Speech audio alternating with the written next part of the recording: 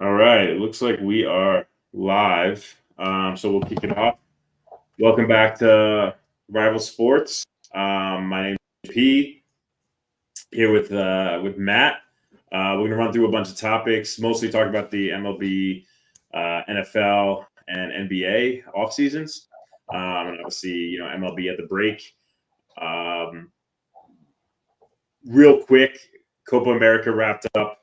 Euros wrapped up. Do you have any kind of thoughts on what went down in both those situations? The Argentinian team was incredible. The Did you hear about the stadium at Hard Rock? Yeah, Like seven absolute thousand shit show. people rushed Yeah, the stadium, and I thought, oh man, that's crazy. Why are so many people trying to get in? The average ticket price was like 4 grand, and the also cheapest there's a ticket lot was of 200. Colombians. There's a lot of Colombians in that area, so they were like, Right. desperate to get in. That was it was a it was a heck of a final. That the whole Copa America tournament seemed like bare knuckle FC compared to the Euro, which was like a crisp UFC event. Everything looked like a bloody match. That's what it is. There's the European style, and then there's like the American slash like North America, South America style, which is way more aggressive. You're not faking, like you got shot when someone bumps into you. Um, you get into the stands and beat up some fans. Like it's pretty It was so aggressive. crazy. How many It's how many players went into the stands? Like seven? a lot, yeah. I didn't actually do it. It was something to do with like fans mistreating their families and stuff. Like what sucks is that the Common Bowl or whatever it's called that puts on like this Copa America, it's a crap organization. They did a shitty job organizing it. A lot of people are saying like, oh, the US is not ready for the World Cup in 2 years. Like pump the brakes. Our stadiums do big events. We got Taylor Swift all over this summer. Um, we our fans behave appropriately. We weren't ready for a bunch of South American fans to treat the U.S. stadiums like they do their own. So I think it was a good test run in that they will have security in much better place. But they always were going to for the World Cup. The World Cup is a significant event. This is a minor tournament full of a bunch of mid teams. Argentina was one of the best. The rest, who cares? But yeah, it was sad to see. I love the Miami Stadium getting trashed. Don't get me wrong. That's a positive because if the Colombian fans aren't going to do it, I'm sure the Dolphins will trash it enough this year with play. But yeah, no, it was a crazy kind of last few games in that tournament. It was nice to have a little break during the summer where you had a major tournament or you had games with major stakes. I'm not a huge international soccer fan, but anytime the tournaments come around, I try to watch every game. You see the best out of every player, every game in those tourneys. It's amazing. I mean, I care more about the international stuff, obviously local and MLS. Yeah, I try to follow some of the European leagues, especially when like U.S. players are doing well over there. Obviously, a big Rex fan. Love that story. Love seeing them have a positive impact on the sport and that town. But yeah, I mostly follow when it's the international stuff, any chance I can get. So I was less into it this time around. I mean, Italy didn't do as well um, in the Euros, and then the U.S. was trash. And now we're going to see who their new coach is. I'm a little bit afraid that the UK coach just quit, and the U.S. might try to grab him. I don't know if he's a good fit for us. We had a bunch of other coaches, including the Canadian coach and other European coaches that are like, nah, we'll pass because they don't like the U.S. I mean, the U.S. system is trash and needs to be fixed. So a lot of these coaches are starting to call it out that they're not going to put their names on the line. So yeah, I don't know. We'll see how it goes. Any thoughts on the Euro finals? Spain was incredible. It just absolutely incredible. Portugal should have been there. They had so many chances in their last match, and to lose it on PKs to France 5-3 was a brutal way to go out. But it's encouraging that after Ronaldo finally does retire, that the whole soccer program in Portugal is not going to die. They've got Yeah. 5, 6 other strikers that are coming, and they're all really good, but they're all really small. There was I can't remember Conceição. He looks to be 5'4" out there on the pitch, and I don't know if you can win a Euro or a World Cup when your forwards are all under 5'9", but Portugal is going to try. It's a small people sport. These guys aren't too big. There's a couple of big ones, but yeah, I hear you on the forward front. Yeah, I have randomly have a bunch of English, like England and Scotland friends in Texas with me.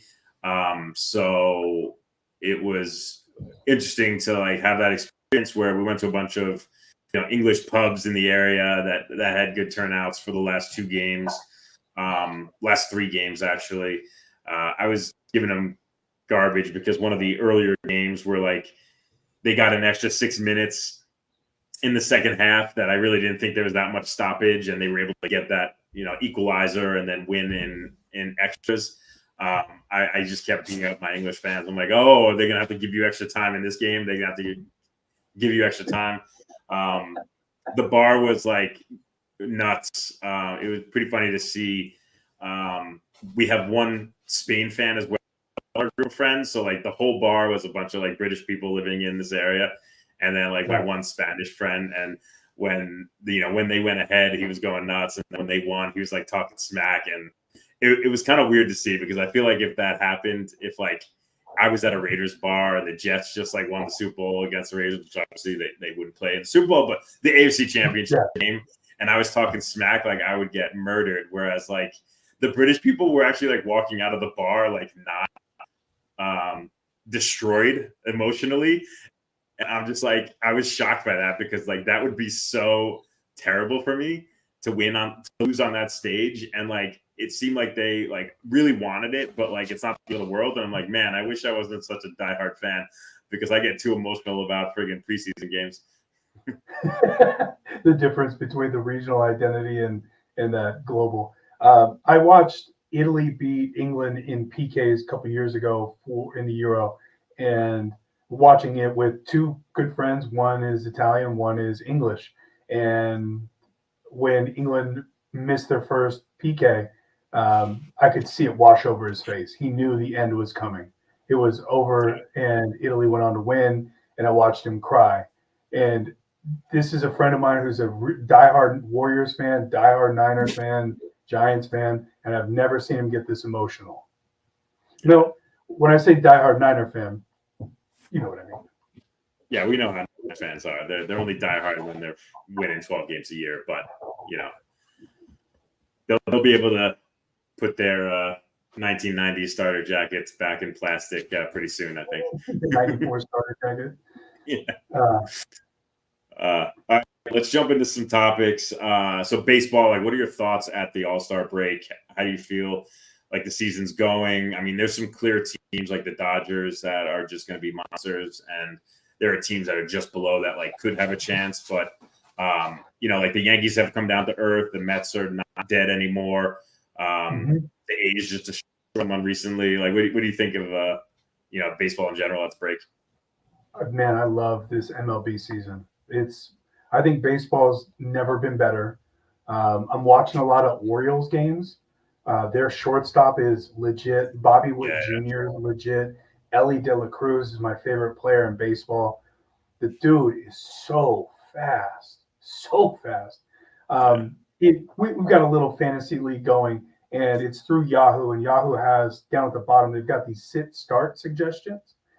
And every Monday, it's telling me to take Teoscar Hernandez out of my lineup. Dodgers outfielder, former Ranger. He reminds me of the DH for hire that is going to hit 240, 245, hit into double plays when you don't want him to, but is going to hit 35 bombs. And as the season gets into August, September, and you're in the playoffs, he's going to be 0 for 8 and then hit a double that scores 2 runs and then hit a grand slam in the next game or something like that. But Yahoo's always telling me, take this guy out of your lineup. what's the outfielder from the Red Sox? I can't remember his name right now. Japanese outfielder came over recently, and Yahoo's always suggesting take Hernandez out. And when I leave him in, I'll go and check in the next morning if I miss a game. 1 for 3 with a walk and a home run, 2 for 4 with 2 doubles, and it's always producing, always producing. And look at that Dodger lineup, and it's just hitter after hitter after hitter after hitter. But if they run into a team like the Rays or the Orioles, I think they're going to have a lot of problems. Those young teams are stacked with talent right now. Yeah, you talk about Yoshida on Yes. Red Sox. Yeah. I have not seen a single Red Sox game this year, and it makes me so happy.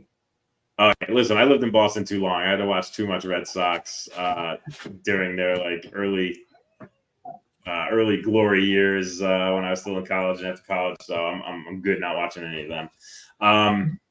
You mentioned the A's, and they're a dumpster fire. I saw Mason Miller got the win in the All-Star game, and it's, this is the last Oakland Athletics player to play in an All-Star game. They're moving, going to Sacramento's an hour away. It's not like it's a crazy move. It's no further than the Niners moving from San Francisco to Santa Clara to play their games. It's crazy that they're going to change the name to Sacramento. But one thing they did do in the draft this year, they had— That's just pettiness, dude. That's pettiness. What? Oh, that's being petty. Yeah.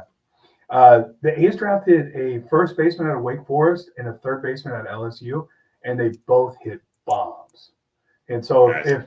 if they're following the same formula of, hey, we're going to draft some guys like they did with Matt Chapman and Olsen, and bring in a Marcus Semien via trade and build this team, get to the playoffs, and every year they build or not every year, every 4 years they build these juggernaut teams, low payroll, they get to the playoffs, there's a ton of hype, they've got some good pitching, they've got some guys that hit bombs, and first round exit, wild card exit.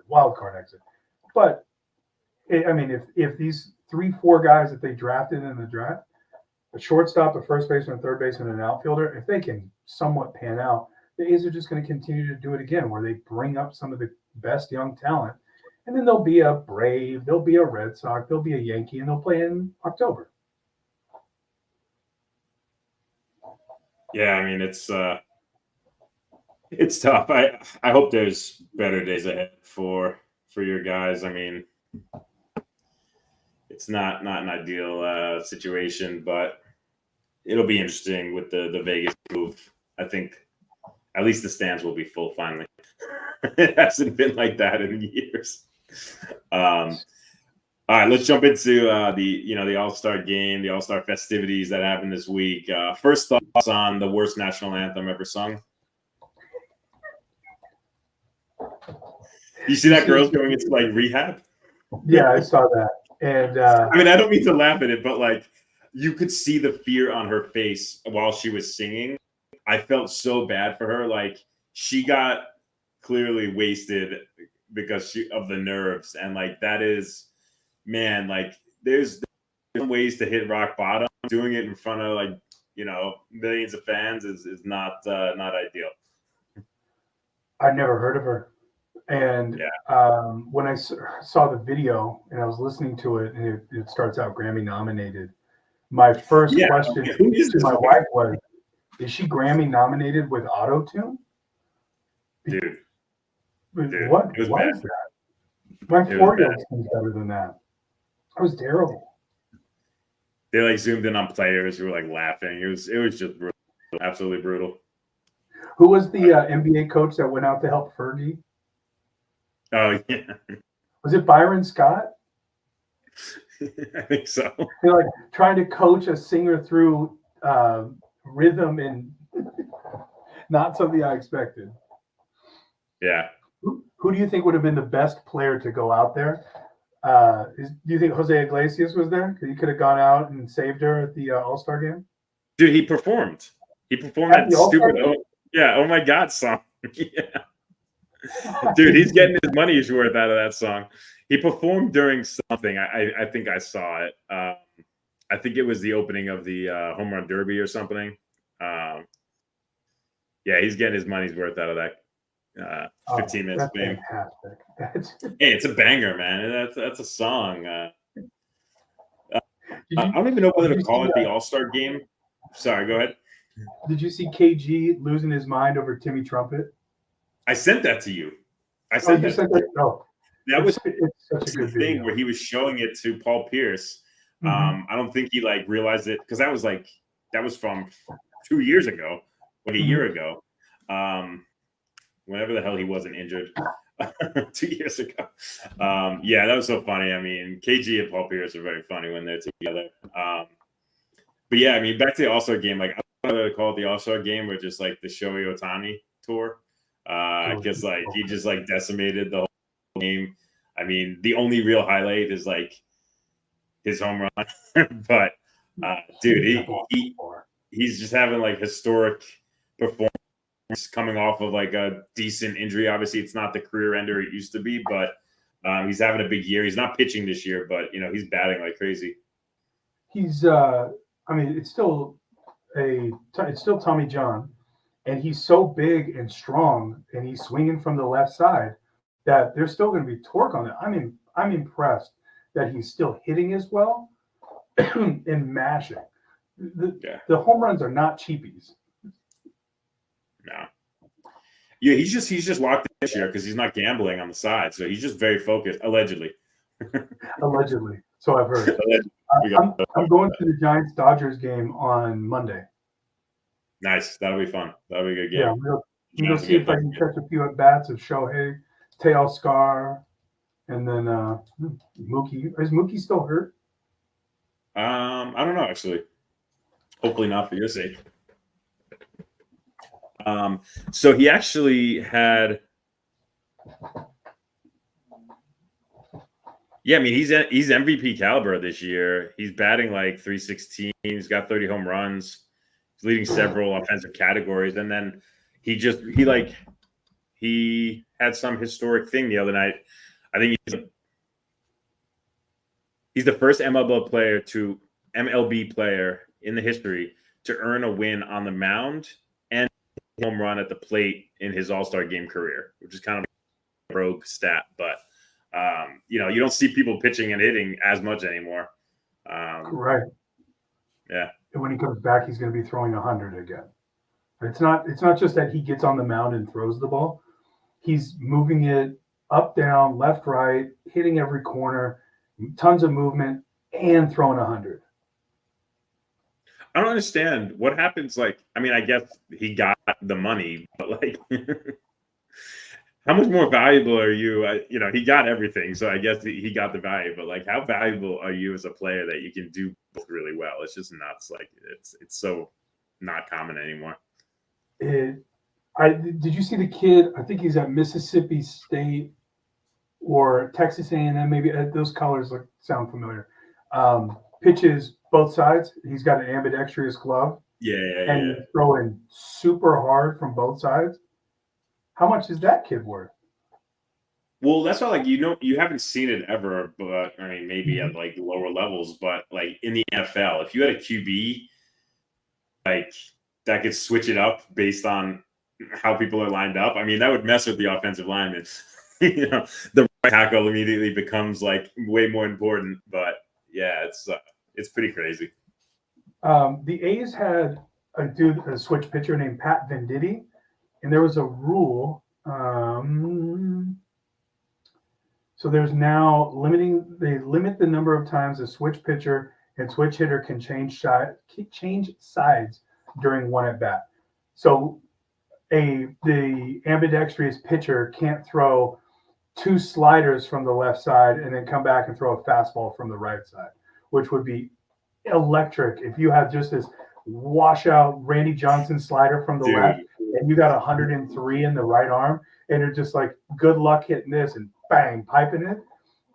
That would be amazing. Oh man, that'd be so sick. All right, let's move on to the NBA. What are your thoughts on like free agency so far? We kind of talked about it a little bit. with what went down with your Golden State Warriors and Klay Thompson. But what are your thoughts on some of the moves across the league? Have you seen what the newest thing is with the Warriors? Lauri Markkanen deal. No. So I believe the Utah GM is Danny Ainge. I believe. Yeah. Let me double check that. Nope, Justin Zanuck. Where's Danny Ainge? General manager of the Boston, former general manager. Where's he at now? He's an executive for the Jazz. Okay, so right now, the ask from Utah is Moses Moody, Podziemski, Jonathan Kuminga, and 3 or 4 picks and pick swap, some combination for Lauri Markkanen. And the Warriors have countered with Moses Moody and every pick you can take. Jeez. And it's just been in this standoff for a week and a half. And if Markkanen comes for Moses Moody, suck to lose Moody, because he's somebody that could turn into an Andre Iguodala, a Andrew Wiggins, not your first option, but a great third option and a good defender, very physical, big guard, but going to give me 6'10", power forward, Lauri Markkanen, that can shoot 40% from 3 and play inside the paint. I'll take it. Yeah. But outside of that move, I mean, Paul George going to Sixers, man, they're not going to. The Sixers 4 years, 512. So, it's a good amount of cash. Oh, absolutely. Sorry, 212, 4 years, $212 million. Yeah. I mean, I don't know what Paul George is done to make $50 million a year in that league. Perennial loss in playoffs. It's locked in. The Warriors made big moves acquiring Buddy Hield. He's got in a signing trade.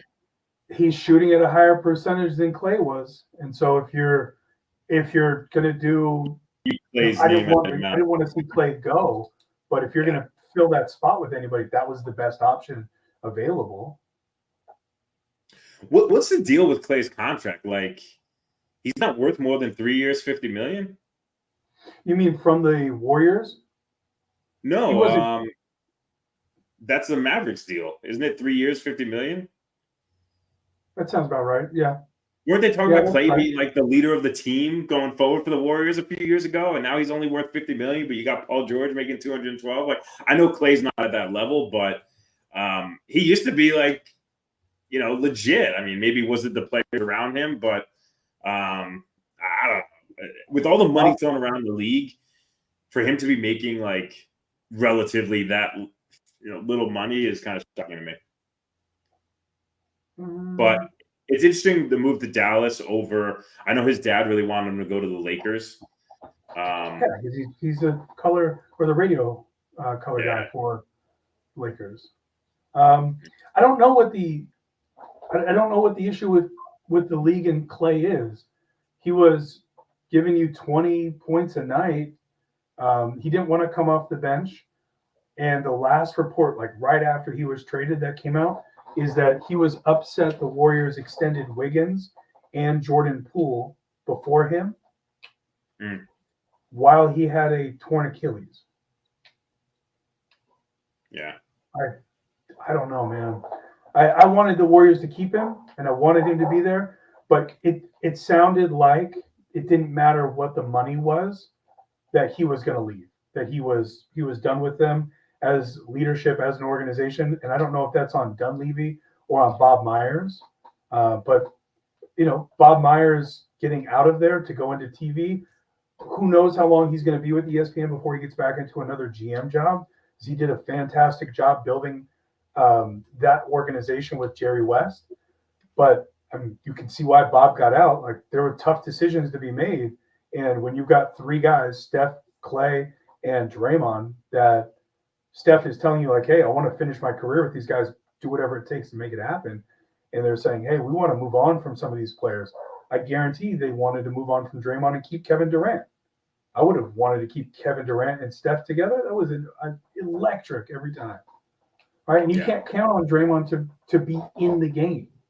There's so many times, and he even admitted to it on his podcast that when he didn't feel like playing or if Steph wasn't playing that night, Dre would do anything to get tossed in the first 5 minutes so that he didn't have to play.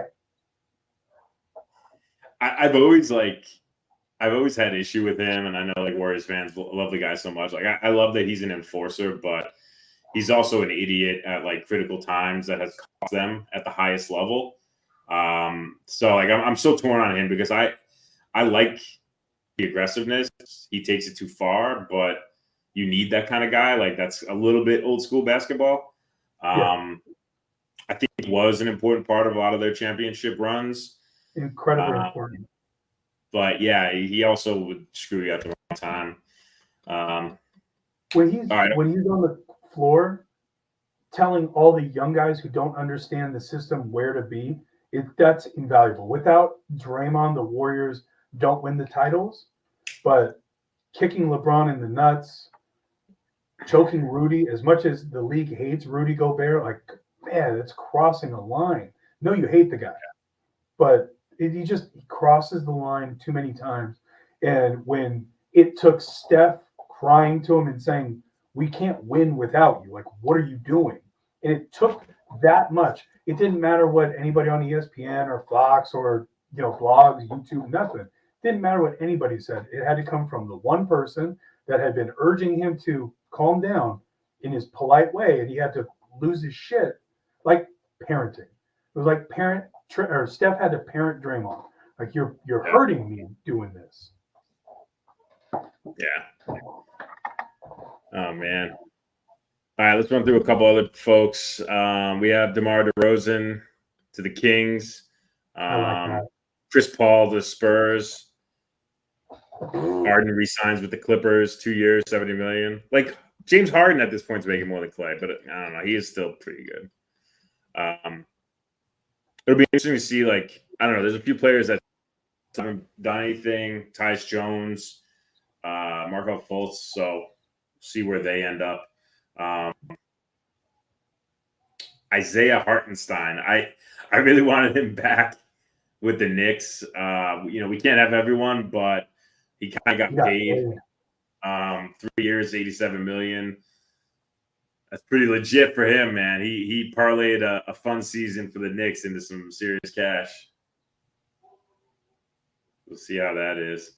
Speaking of the Knicks, they've been – I don't know if they've been doing the most work this offseason, but it certainly feels like it. They re-signed OG, 5 years, 5 year, $212 million. That's a huge get for you guys. What was that? That's a huge get for you guys. Yeah. You got OG and Bridges that can defend really well. Josh Hart that's going to defend really well. Who's going to play center? Working on it. No. Okay. It's July. I was asking. Yeah, I mean, so this deal. So there's a 5th-year player option, and there's a trade kicker if he ever gets traded. That they didn't release the stats on that, but it's the largest contract in Knicks history, surpassing records set by Carmelo Anthony and Julius Randle, which is kind of crazy. Oh, Julius is still there, isn't he? Yeah, Julius Randle's still there. Yeah, Bridges, the trade was crazy. You rarely see, I mean, no one gives a crap about the Nets. I would say the Knicks have 85-90% of the New York market, and the people that like don't like themselves root for the Nets. But it was interesting to see them do that trade. I mean, obviously the Knicks gave them a ton, 4 unprotected first-round picks in 25, 27, 29, and 31. I don't even know if I'll live that long. 1 unprotected first round in 2025, unprotected pick swap in 28, second round pick in 2025. Like, I don't know if the Knicks have any picks in 2025. So that's pretty crazy. But, I also think a big part of them getting him and having the flexibility to get him was, the deal that Brunson signed. I mean, it's unheard of in sports what Brunson did for us. He took a year. If he had waited a year, he would have made 113 more million. Mm-hmm. So he turned away 130 million. He's still getting paid 4 years, 156 million. Nothing to sniff at, but that's a significant pay cut for him. How old is he? For a team, he's still young. And the one thing I thought about is like I think there's something where now the next contract he goes for can be like a 10-year supermax. Mm-hmm. So it's not like he's gonna be poor, but last year when Rodgers took 35 million pay cut, that was the biggest, pay cut in, sports history. Nobody does that. And for not that he took a pay cut, but to take that much less to make sure he could bring in his buddies to make sure the team can, have all the pieces they need to compete with the Celtics in the East. I really think it's the double D's in the West. Denver and you have Dallas, I think are both going to be really strong next year. And then I think it's the Celtics next year. I think we will continue to add, we will continue to improve, and we will be very competitive with the Celtics. So we'll see how it goes. There's always a team in the East that's your boogeyman, and that's the Heat. It doesn't matter who's drafted, who's traded there. The Heat will scrap together a team, and they will give you guys fits in the playoffs. Jimmy just got brutally injured. That knee swelled up, and he couldn't continue. He had no running mate this last year, but if Pat Riley works his magic, the Heat are going to be right there, and they're not a favorite. I'm not saying they're a favorite. The Knicks have put together a better roster right now. The Celtics are an amazing team. Pat Riley always figures it out, though.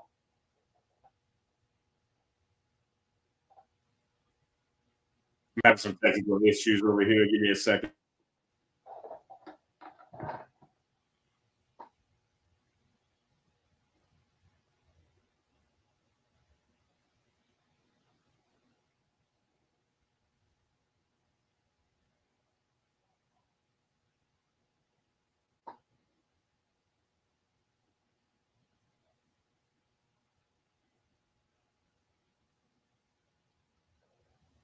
I have another window playing, and I don't know if you can hear it on your end.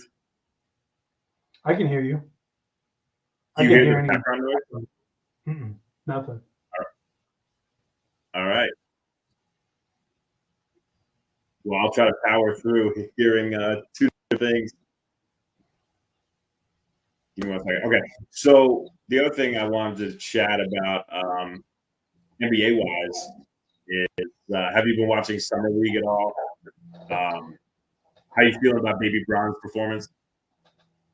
Bronny, I love Bronny being in the NBA. I love how mad it's making people. I don't care if he's ready. I don't care if he's good. I don't care if he's the next coming of LeBron. I don't know that we're ever going to see somebody with the skill set of LeBron playing 20 years, 21, 22. He can keep playing and play with Bryce. I think it's amazing. I saw something last night.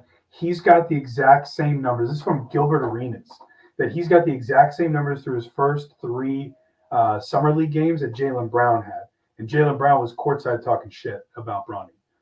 And then Jaylen Brown had to walk it back because he got caught on a hot mic.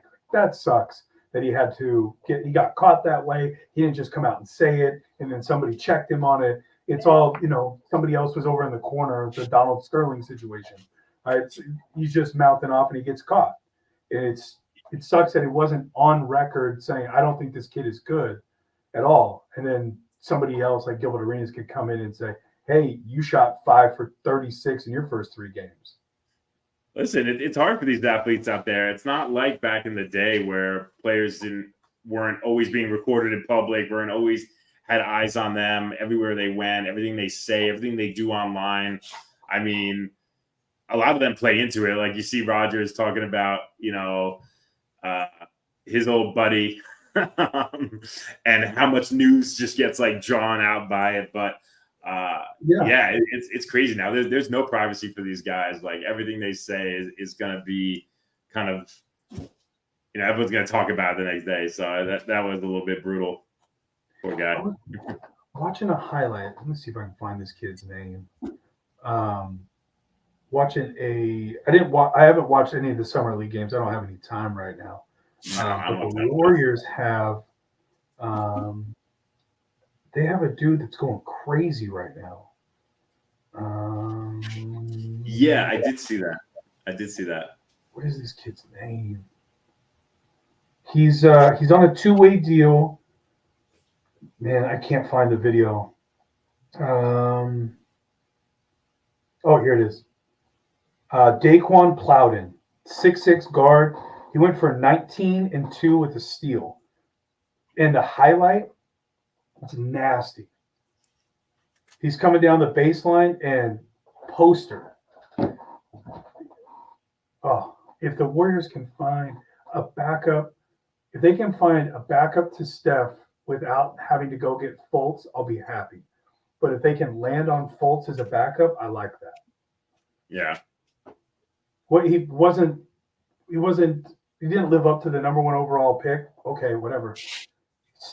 The league is hard. The margin for being Jason Tatum to, a backup guard is not as big as we think it is.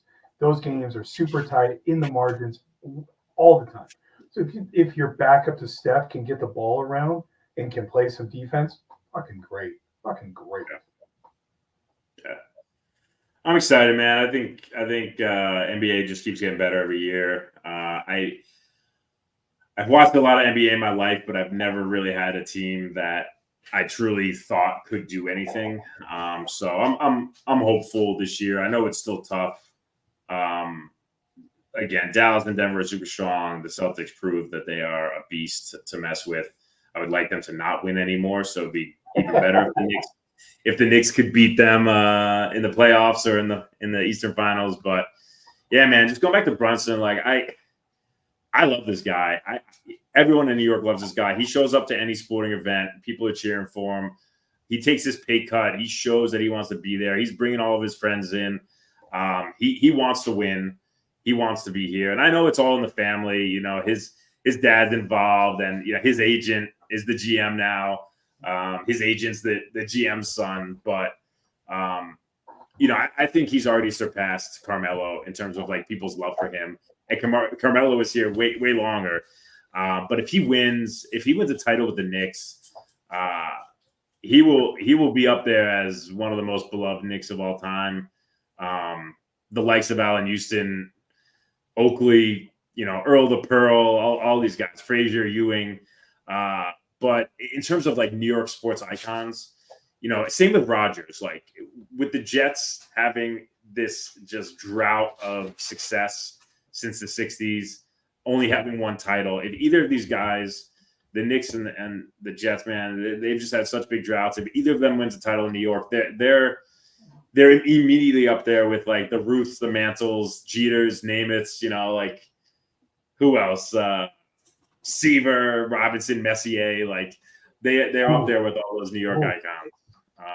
Messier did for the Rangers what I need Rodgers and Brunson to do for the Jets and Knicks, respectively. So I need it. Inject it into me. Jalen's doing it as a 6'2" guard. Yeah. And he's doing it at the rim, which is what New York loves about Jalen Brunson. But I didn't know he's going to be 28 at the end of August. And so if he's on a 4-year deal, or is it a 4-year deal or a 4-year extension? 4-year deal. 4-year deal. So he'll be 32 when that deal comes up. He did a huge favor to New York. I thought he was more like 26. In that when he turned 28, he'll be able to get extended for that long-term contract.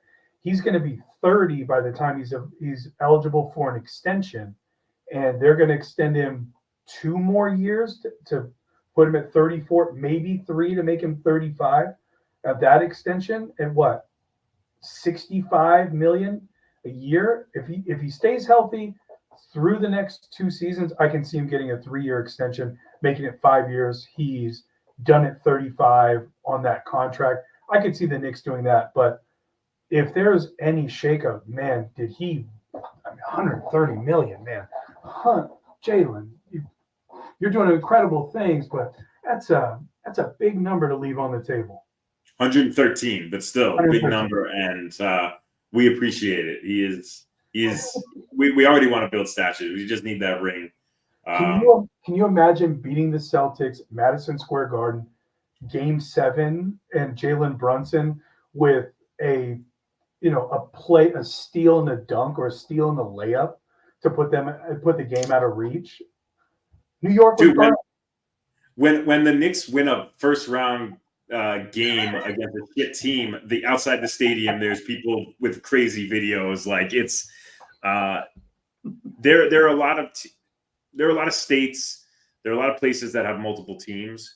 I really feel like 85-90% of the city is the Knicks, and they want it and they get excited about it. The parades for the Knicks and the Jets, if it ever happened, man, none of those people will ever have to buy a meal, a drink in their lives. Like a lot of fans are either Jets or Giants, Yankees or Mets, and you either have a good experience or a bad experience with sports. But like everyone's a Knicks fan. Only some people care about the Rangers, but like everyone loves the Knicks. So it'll be really cool to see. All right, let's jump over the NFL. Have you been watching Netflix's Receiver or like the Hard Knocks? No, I've been hearing all about it. It's another time thing. I'd rather watch Kill Tony than Receiver. Yeah. It's all guys that I like. I mean, Devontae's on it, George Kittle's on it. You would think that I would tune in, but I know what it's going to be, and I don't care to. I don't want to get overly excited watching highlights of Aiden O'Connell throwing fade routes to Devontae.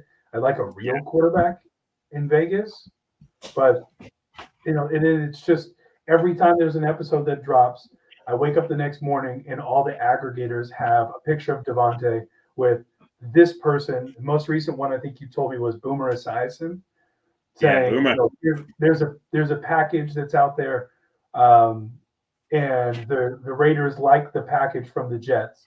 And then yesterday or day before, there was a post from an aggregator citing a Instagram account called Pretty Ricky something, and that this guy has scooped all the NFL insiders a bunch this offseason. I'm like, it's fucking July. It's fucking July.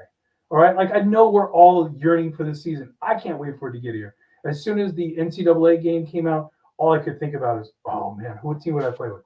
What historical team? Oh, the Rainbow Warriors. Oh, Tavon Austin in West Virginia. Tim Dwight. That would be a great team to play with. Maybe Eric Crouch in one of those Husker teams. Cam Newton team, a Tim Tebow team. I'd love to see all those years that we lost from that game. And then you just get the wheels turning about, oh man, have you seen Zamir White? Zamir White looks like he's going to run through every linebacker. And then I start to get overhyped and wake up the next day.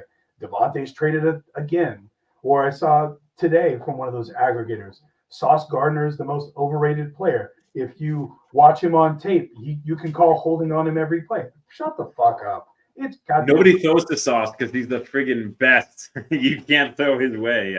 No, it's funny this time of year because you had mini camps. Now we have this like lull where you have really not a lot of sports. You have training camp not starting yet. A lot of people have already been signed. There's just nothing to talk about. Like they're still talking about Aaron Rodgers missing 2 days of camp to be in Egypt when he went to every single non-required practice this offseason, and he's been around the team forever. It's hilarious. But I mean, the NFL is my number one sport. The Jets are my number one team. I listen to a minimum an hour of Jets content a day, every day of the year, which is insane. I doubt most people do that. So I'm ready for the season because I follow Jets YouTubers daily, and it's like what they have to pull out of nowhere to talk about the Jets every day. But there's always something going on in the NFL. Like the NFL really doesn't have an off season, but we're just at this point where we just need camp to start. We just need games to start. I need to start planning my trip to London to see the Jets stomp Sam Darnold and the Minnesota Vikings. Right. If the season were to go to 18 games, here's what I would like is that they play 6 games, break, 6 games, second break, finish. Everyone break? Everybody bye week, same time. I don't know if it's possible. No, the NFL would not do that. The NFL So, needs to make money every week, my friend. so I People stagger it. to that, the NFL is making a ton of money today, and it's July. No. You know they're not going to skip a week of the NFL season, but they will go to 18 games. There will be 2 bye weeks. It'll extend the season perfectly where the Super Bowl will be a holiday weekend so everyone can enjoy themselves. I still feel like the Super Bowl should be on Saturday night. Why is it But not on Saturday? They play games Thursday. Thursday. Like to go out when for the people that don't actually care about the NFL, but they will go to a friend's house to hang out and watch for the ads or for the halftime show. Mm-hmm. They want to capture those people. People don't have stuff to do on a Sunday afternoon, Sunday night. If the Super Bowl is a main option, if it's Saturday night, I got stuff to do on a Saturday. So they never will, but that's why it'd be so awesome if the season extended where the Super Bowl was that holiday weekend where, everyone has Monday off and, the winners can celebrate even harder. The losers can lick their wounds the next day and not have to hold their head in shame in the office. So, I hope it goes that way. I highly recommend they can play an extra game. The next time the Super Bowl is in Arizona, I highly recommend going to the Waste Management that same weekend. I went 2 years ago for that weekend. Oh, dude, far and away the best party. We're walking through between the 10th tee or walking through the 10th hole. It's like a little elevated tee box at TPC Scottsdale Doglegs, right? It's a par 4, so it's not super long. And as we're walking through the middle of the hole, here comes Taylor Lewan, here comes Will Compton, and all the busing guys. And then you walk a little bit further, and there's Ronnie Lott talking with Tim Brown. And it was just, it's like, have you ever gone to Summer League? No. No? Summer League's an awesome experience as well. But there's so many players from when we were kids that are there for the Super Bowl festivities that they go to the tournament. I don't know how many of them are big golf fans, but it was wall-to-wall athletes last year there. Summer League is super cool because there's no assigned, or there, I don't know if it's changed, but before there was no assigned seating. You get a ticket and you have a ticket for the day. And so we went in one year and we got there as soon as tickets went on sale, $35, got our tickets, went back to the hotel, gambled, went swimming, hung out, went back for Jason Tatum and Jaylen Brown's first Summer League game. I believe it was against the Lakers. I think it was against Lonzo. And we sat second deck, like around nobody for the game right before it. And as soon as that game clears, they need 10 or 12 minutes, clean the floor, clean the water bottles, just get the game ready for the new teams. So a bunch of people clear out to go to the bathroom. And we went down. I sat on the floor. That's first Summer League game, $35. And walking into the arena, Thomas and Mack, there's a big circle of people. David Aldridge is holding court, signing an autograph here, taking a picture there, talking about the game. I walk another 10 feet, Charles Oakley standing there in a suit with a damn briefcase. And you walk a little bit further, and you got the TNT guys in just plain clothes hanging out watching Summer League. Juwan Howard, before he became the coach at Michigan, is hanging out trying to talk to people, and nobody wanted to talk to him. So he takes a hard right, goes into the Crown Royal bar, and is hanging out in there by himself. And I was like, man, I got to go say hi to Juwan Howard. And that's all it was. Like it's a flea market of basketball nostalgia. Yeah. No, it's nuts. I got to get to that. I've done like preseason baseball, but I think basketball would be a lot more fun. It's just like, I think it's better than our March Madness trip to Vegas is, because Shut hey, that year at the it's okay to be wrong, Davis. It's okay to be wrong. Fair. But we were watching all those games at a bar. You can see all these games in person. And when there's a new draft pick that's electric that you want to go see, it's hard to beat that. Yeah.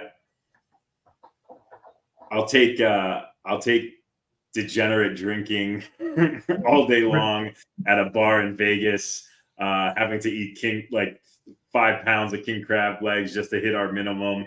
Parlaying it into a night of debauchery. Yeah, I'll take that. You know, how many games those first few days, the crazy parlays we can do. There's nothing like the first weekend, especially the first few days of March Madness. There's nothing like the freedom we had before we had children. Okay, you're right. Yeah, it is okay to be wrong. Don't take those days from me, Davis. I will always look fondly on them. Just going back to the Hard Knocks stuff, one thing that was kind of interesting, as much as I don't care about the Giants, I wish they would, go away, and I wish the Jets would be in a new stadium, not involved with them whatsoever, in Queens. But the behind-the-scenes view of the whole Saquon Barkley stuff that went down, the negotiations, and them even talking before it happened, like I really can't see. It would be really hard for, like, one of the owners, I think Mara, being like, it would be so hard to see Saquon on the Eagles because, he is our most popular player. To see him talking like that and to see them talk about how important Saquon is and then thinking what he wants in terms of value is too much and then letting them go to a division rival is like, pretty interesting content. So, worth a look even for just like the short clips. And it just brings up a question, like are running backs making a little bit of a comeback in terms of value? Like obviously, McCaffrey is so valuable as a dual threat catching and receiving. I think Breece Hall is going to be, he was up there. He was number 2 in terms of combined yards behind McCaffrey last year. I think he's shooting for number 1 this year if Rodgers stays healthy. And he will eventually, in the next year or two, have to, the Jets are going to have to figure out that they pay him. There's a bunch of running backs that have a big impact on the game week in, week out. So I'm just wondering, like, are they making a little bit of a comeback in kind of their value, or at least the top guy is going to get paid? I think the top guys get their money. I said a couple of years ago before Mostert went to Miami that the Niners needed to pay him. And I don't know if you remember in that group chat, I got laughed at, and I was told the Niners can do it with whoever. They couldn't do it with the Niners can do no wrong. They did it with the best in the league as far as a dual threat right now. But Raheem led the league in touchdowns, I believe, last year with the Dolphins. There's a few guys that I think are worth their money. The Raiders not paying Jacobs. I don't know that I'm so upset about that because he was already creating waves, and he's a young guy, and he acts like a young guy. And so him going to Green Bay for, I think, $1 million more per year, it's like, okay, good, go ahead. But the one that you haven't mentioned at all, Derrick Henry's a Raven. Yeah. I mean, the Ravens need that threat. They got health out of the quarterback last year for the first time in a while, which was a big reason they were very competitive. But it can't just be all him. So if they can have like a significant running game, like that's a dangerous team. Yeah, it's gonna be run left, run right, run left, run right. But man, Derrick Henry with Lamar Jackson, it's gonna be just insane. But it's like, you saw it last year with the Jets where the line got injured and then they have like the worst quarterback room in sports. They're just stacking the box. And that's why it was so amazing what Breece Hall did last year with how bad the quarterback play was, because there was no threat of the pass. There was no threat. But when you have a little bit of a threat at the running back position and then you have threats at the wide receiver position, it just opens everything up. And, watching it last year, just seeing how like half of the game can be taken away because the quarterbacks are such trash, even though like Garrett Wilson's wide open on every single play, no one can get him the ball. So they just stack the box. It's like, it's really important. And I think it's really important for the Ravens. They can't have Lamar running everywhere and possibly getting hurt. They can't rely on his arm being awesome always. And they can't rely on the line all the time. They lost some players there. So, it'll be good to hopefully get a good year out of Henry. You haven't been able to rely on the offensive line in your lifetime. Dude, the last 2 years, the Jets have had 13 different offensive line combinations. 13. And I like the plays they brought in this year, but, Tyron from Dallas, like he's never played a full season in a long time. So I think they're going to be very creative with, how they handle the line this year. But we can go into that when we talk training camp previews in a week or so. One thing I saw today about the Jets, your boy Derek Carr, he revealed that he considered signing with the Jets, obviously, last year. It just wasn't the right time for me. Honestly, I never thought Derek Carr could be the final piece. Definitely anything's an upgrade over what the Jets have had forever, but especially the last few years. I think just in general, the town of New Orleans is kind of like a decent fit for Derek Carr. He's a religious guy.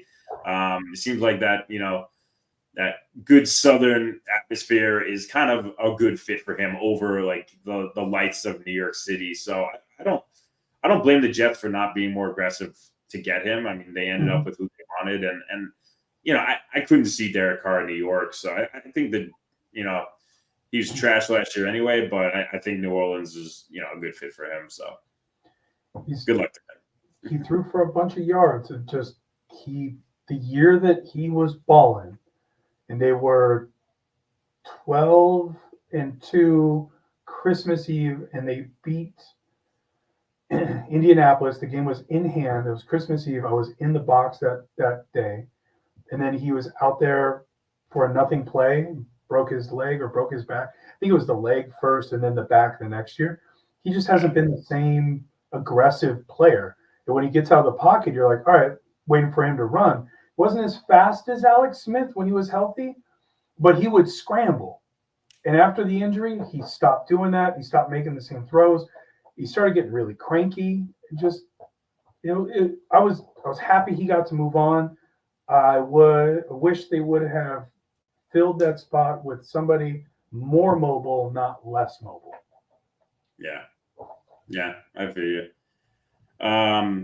Jumping on Devontae real quick, we talked about it a little bit earlier, but the way I see it is right or wrong, and obviously I think it's wrong. The Raiders feel like they can be competitive this year.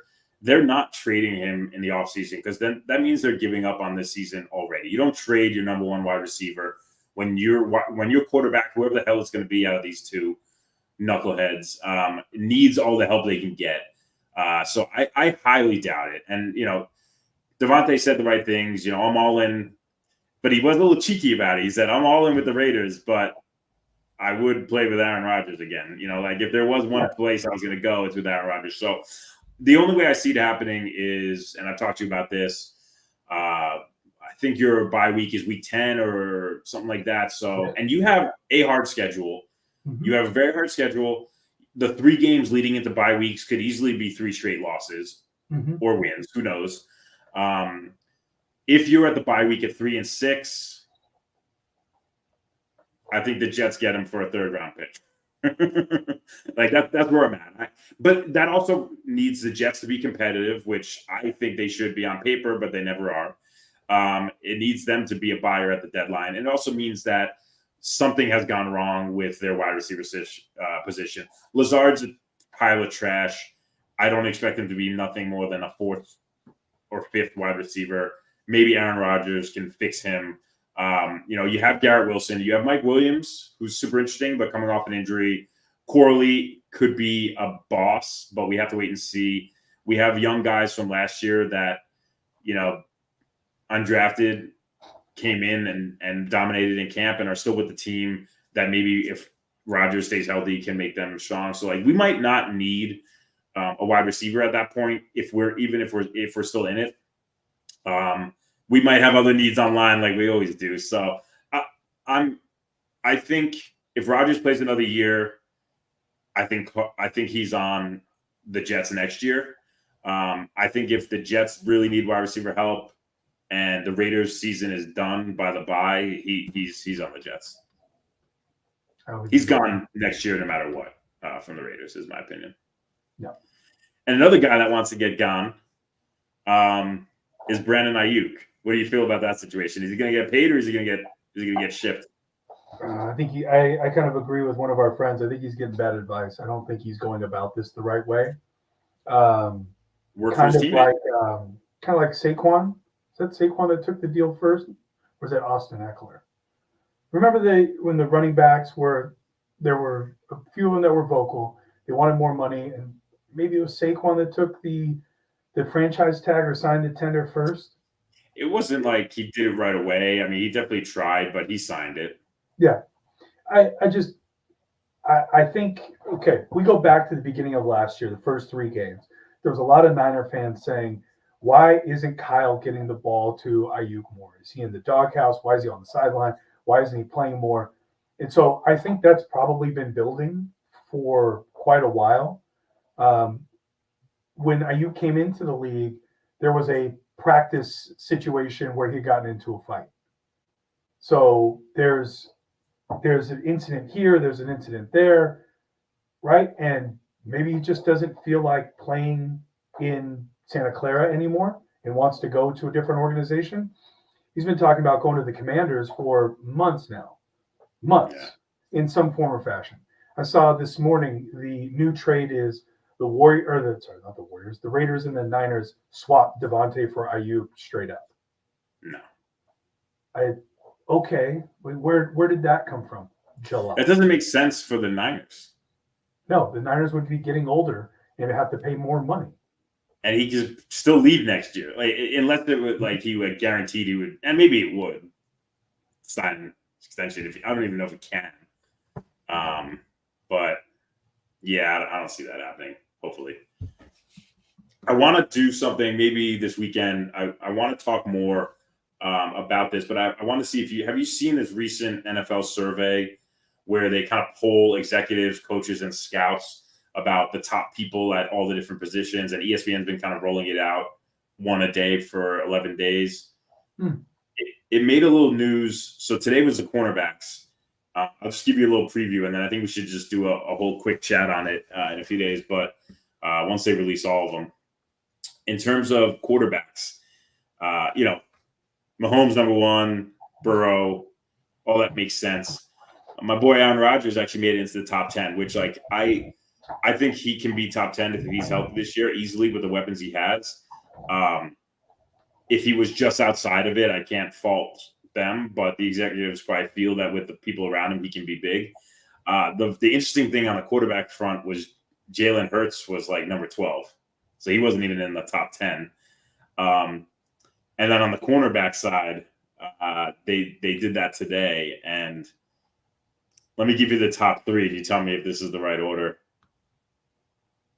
Pat Surtain, number 1, on a terrible Denver team. Denzel Ward, number 2, and Sauce Gardner, number 3. It's pretty good. Nah, Sauce number 1, baby. Surtain was number 1 last year in this same ranking. Ward made a massive jump. He was number 9 last year. Definitely had a good one last year. Sauce was number 2 last year. I would put him at number 2 this year, but it's whatever. I don't give a crap about any of these rankings. I need the Jets to win. I aim to do it soon. That's it. That's it, man. I think all right, man. Well, would be top 10. Yeah. That's it for today. Let's get together soon and do this again. A lot of fun. I'll talk to you this weekend, buddy. Yeah. Later.